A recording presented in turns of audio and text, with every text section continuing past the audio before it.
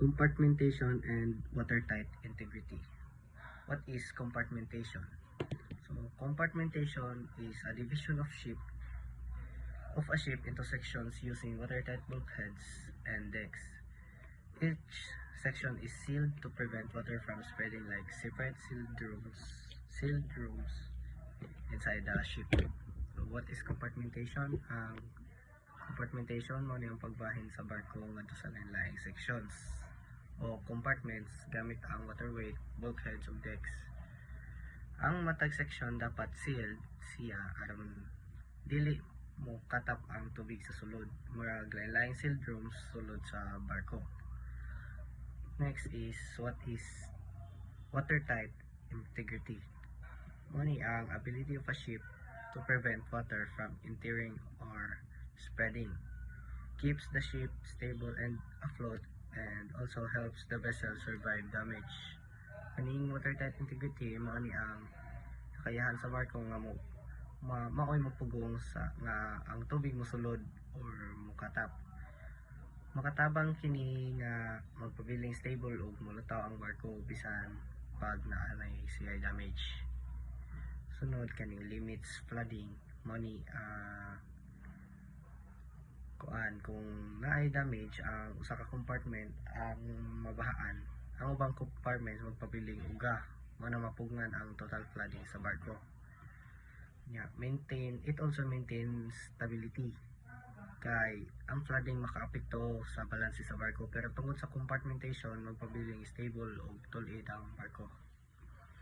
Then kaning watertight doors mao ni ang kinahanglang sarado ug sealed.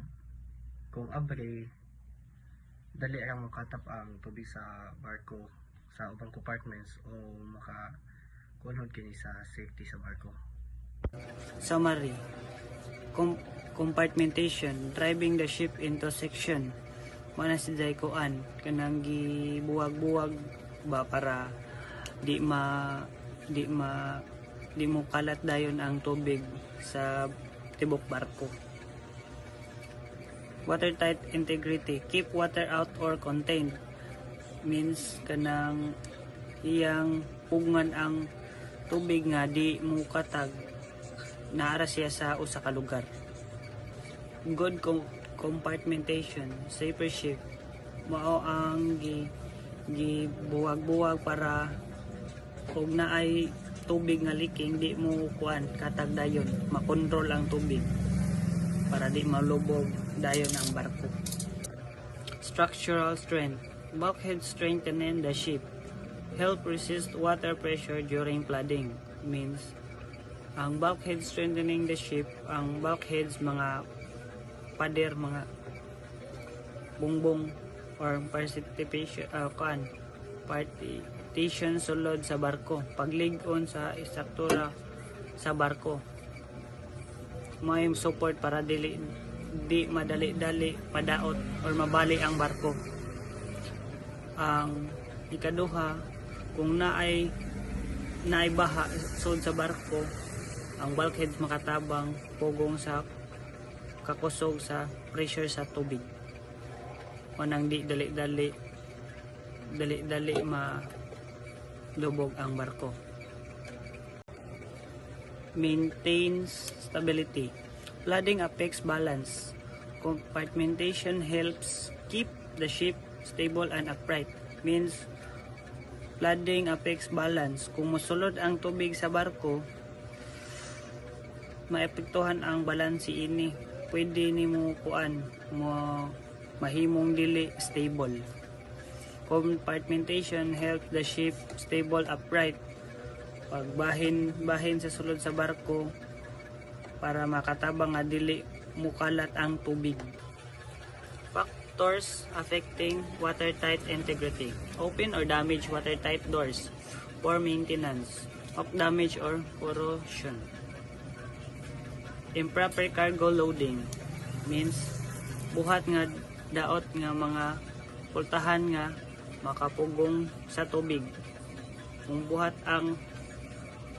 ang pultahan nga gituyo aron moagi ang tubig, kung kani madaot mahimog makalusot ang tubig o mo kompromisyon nga makadaot sa barko.